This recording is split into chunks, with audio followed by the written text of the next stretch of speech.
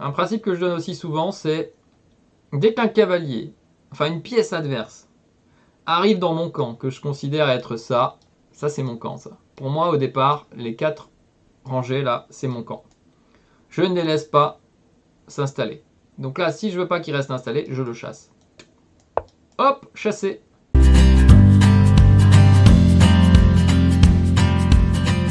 Ah, il me joue la berlinoise. On va aller dans la variante. Donc là, ce pion est attaqué, mais c'est théorique de roquer, parce qu'on peut récupérer sans problème le pion.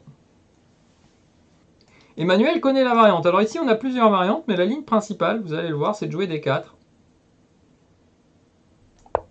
Avec l'idée d'ouvrir la position, parce que vous voyez, j'ai roqué, j'ai sorti 2 pièces, j'ai des menaces sur la colonne, et lui, il a encore le roi au centre. Mais la position est ouverte. On a vu des positions tout à l'heure où le roi n'était pas ouvert. Alors ici, la question, fou D6. Normalement, le coup théorique, c'est cavalier D6, il me semble. Alors on peut faire ici toureux, puis on prend. Alors là, on est dans une phase de calcul. Et je dois vous avouer que je ne sais pas quel est le meilleur coup. C'est le dilemme ici. Quand on ne sait pas, qu'est-ce qu'on fait? On calcule, on sort la calculatrice et on se dit que peut-être il faut prendre. Il faut calculer que si prise, est-ce que dame ici attaque les 2 pièces gagne? Visiblement non, parce qu'il a un coup comme dame 7 à la fin. Protège le fou, et si je prends le cavalier, il y a fou échec.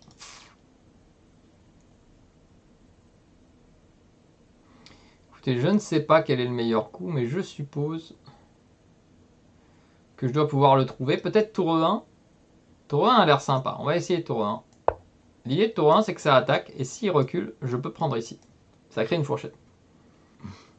Alors, est-ce qu'Emmanuel va trouver une solution?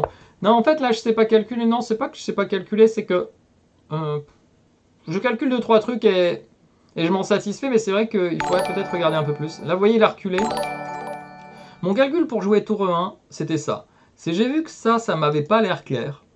Alors, est-ce que ça allait, est-ce que ça allait pas, est-ce que j'ai raison? Peut-être que je me trompe, peut-être que c'est clair. Et j'ai vu que tour 1, d'un point de vue pratique, il ne pouvait pas aller ici, il ne pouvait pas aller là. S'il reculait, je faisais une fourchette, et s'il défendait F5, il était très affaibli dans cette position. Et ensuite, peut-être que je pouvais prendre ici encore, ou prendre ici. Donc je me suis dit, ça ne doit pas être un mauvais coup. Et je pense qu'F5 doit être le seul coup ici. Et il ne l'a pas fait. Il a joué cavalier revient, et là maintenant, je peux prendre. Et je gagne du matériel. Et Emmanuel qui s'est trompé, hein. Donc Emmanuel qui tente une contre-attaque avec son fou attaque ma tour. Donc là, j'ai 2 réflexions à faire. C'est première réflexion, est-ce que je prends sur échec qui fait échec avec la tour, mais il faut que je me méfie parce que lui, il prend ma tour. Et donc j'aime pas trop me faire piquer la tour. Mon autre option, c'est de défendre en attaquant. Donc je défends la diagonale, j'attaque le fou et j'attaque toujours le cavalier. Ça a l'air d'être le plus logique et le plus simple. Donc du coup, on va faire ça. Hein. On reste dans la simplicité. Et dans une partie comme ça, ce qui est important après, c'est toujours d'aller voir si vous vous êtes trompé, ce que vous avez loupé tactiquement. Moi, c'est cette chaîne qui me motive. Ah, c'est gentil ça. C'est gentil. 2 pièces attaquées, il ne peut en sauver qu'une. Mais on ne peut en manger qu'une à la fois. Hein, c'est ça. C'est vrai. C'est vrai qu'on ne peut en manger qu'une à la fois. Mais une me suffit amplement. Il faut savoir qu'un petit gain vaut mieux qu'une tentative de gagner beaucoup et de se prendre des pièges. Hein. Ça, c'est... Moi, je reste parce que tu es un bon assez gentil, magicien. Et là, il me sacrifie le fou. Alors, à nouveau, si je prends, c'est toujours la même histoire. Donc, je vais plutôt prendre le fou tout en développant, ce qui paraît normal. Alors, je pourrais envisager de prendre du pion. Le seul intérêt, c'est que j'aurais peut-être cette diagonale. Mais bon, on va dire que dans un premier temps, il vaut mieux toujours sortir les pièces. Donc là, le cavalier sort. J'attaque. J'ai des bons comptes. Regardez le contrôle que j'ai. Regardez la position ouverte. Pouh, regardez je fais toutes ces flèches là. Regardez tout ce que je contrôle. Chaque case où il y a du vert qui passe, j'ai un contrôle. Indirect ou direct. C'est terrible, hein. Alors le cavalier avance. Tac. Alors là, regardez. Un principe que je donne aussi souvent, c'est dès qu'un cavalier, enfin une pièce adverse, arrive dans mon camp, que je considère être ça c'est mon camp, ça. Pour moi, au départ, les 4 rangées là, c'est mon camp. Je ne les laisse pas s'installer. Donc là, si je veux pas qu'il reste installé, je le chasse. Hop, chassé. Je l'invite à aller faire un tour au bord de l'échiquier, ce qui n'est pas terrible. Évidemment, j'avais d'autres bons coups, peut-être même des meilleurs coups, mais c'est juste le principe de chasser la pièce. Vous voyez, j'aurais pu jouer fou G5 au coup d'avant même, qui était encore plus fort. Parce que là, en fait, le cavalier peut encore revenir par ici, peut-être.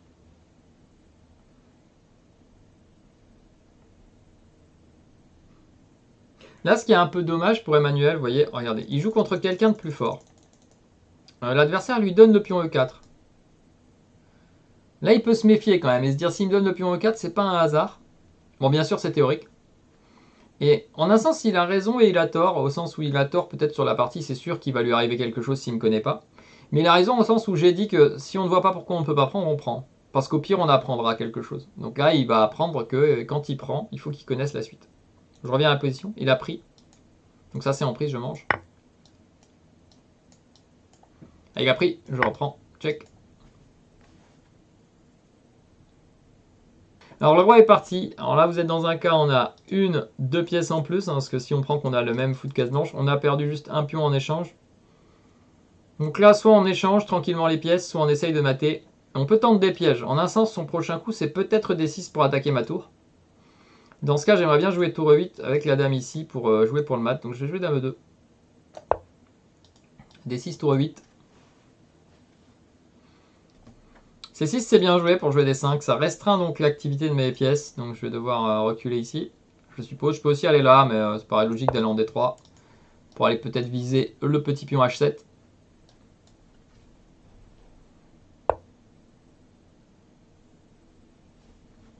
Et là, il m'attaque. Regarde, il joue bien là, hein, il se défend bien. Et donc je vais attaquer le petit pion en espérant que ce soit bon. Il peut jouer peut-être F5 pour attaquer ma tour. H6. Ok, H6. Ici, maintenant, regardez, il a des faiblesses sur case blanche. Donc idéalement, cette manœuvre paraît bien. Ma tour est un peu mal placée. Ça, c'est un mauvais placement. J'aurais dû faire attention à ça.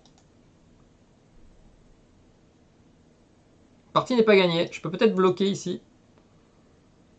Ce qui a l'air assez malin. L'intérêt, c'est de le paralyser dans cette position. Ok, là, maintenant qu'il est bloqué, il faudrait essayer de dévier la dame pour mater. Du coup, je vais jouer fou ici avec l'idée fou là ou fou là pour dévier la dame pour mater. Et ça permet de ramener et en même temps, je développe une pièce. Et ici, peut-on le mater? Peut-on le mater? Fou D6 échec, il va s'en aller. Bon, on va tenter quand même. Hein. Ou on peut le mater. On va tenter fou D6. Allez. Discret. Va-t-il le voir, Emmanuel? Va-t-il le voir? Pas un brin d'herbe dans le Lucky ouais, c'est vrai. C'est pas faux. Il défend bien, Emmanuel. Il me laisse pas le mater. Bon, on va tenter quand même. La menace de mat.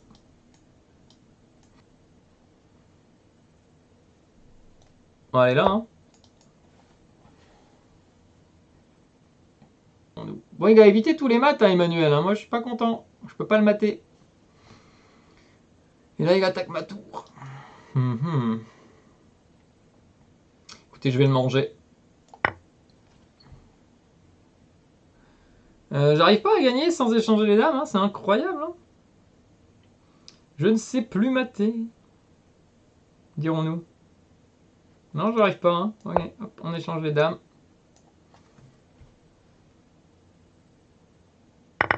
Ah, il pouvait prendre la tour, mais je pense que c'était pas. Il allait se faire mater s'il prenait la tour. Ici, s'il prend la tour, j'arrive avec la dame. Emmanuel ne va pas tenir.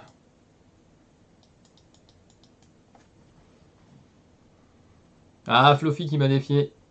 Il a bien résisté, Emmanuel, oui, malgré son temps. Et là, c'est la crise, il va tomber à la pendule. Aïe, aïe, aïe, aïe, aïe, merci, Emmanuel.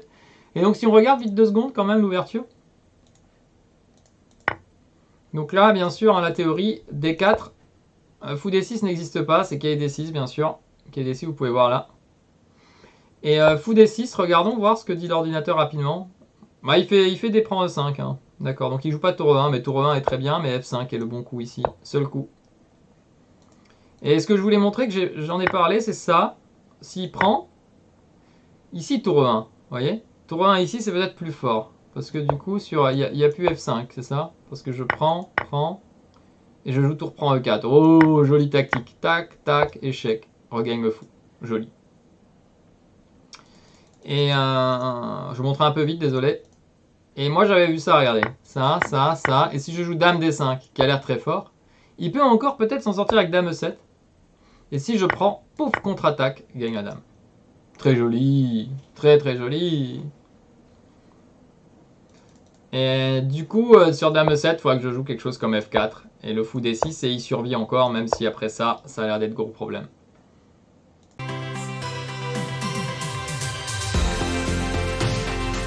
On arrive au moment de se quitter. J'espère que le contenu et mes explications auront été clairs. Je vous invite fortement à liker, commenter, partager et vous abonner si ce n'est pas encore fait. Et bien sûr, je vais le rappeler, mais n'hésitez pas à venir aussi découvrir notre site internet où nous proposons énormément de choses. Et je vous retrouve bientôt dans une prochaine vidéo.